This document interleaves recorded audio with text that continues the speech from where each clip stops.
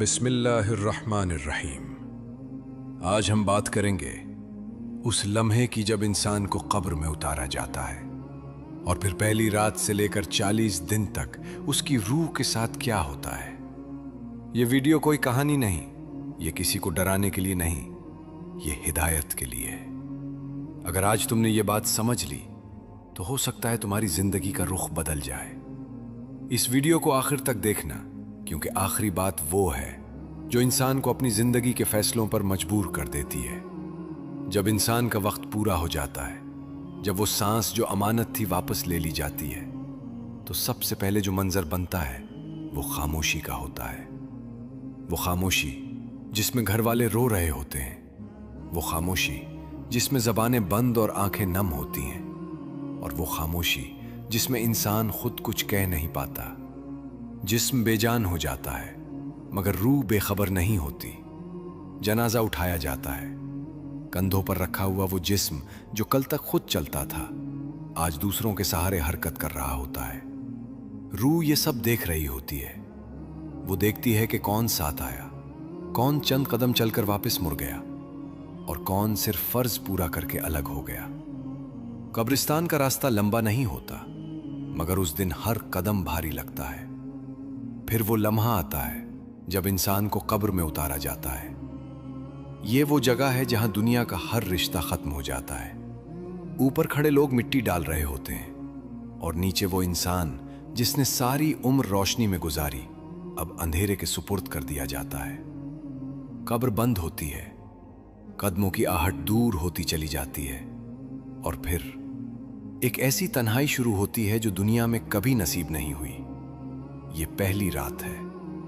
یہ رات اس لیے سب سے زیادہ سخت ہوتی ہے کیونکہ یہ سب سے زیادہ سچی ہوتی ہے۔ یہاں نہ کوئی عہدہ کام آتا ہے، نہ دولت، نہ تعریفیں، نہ سوشل حیثیت۔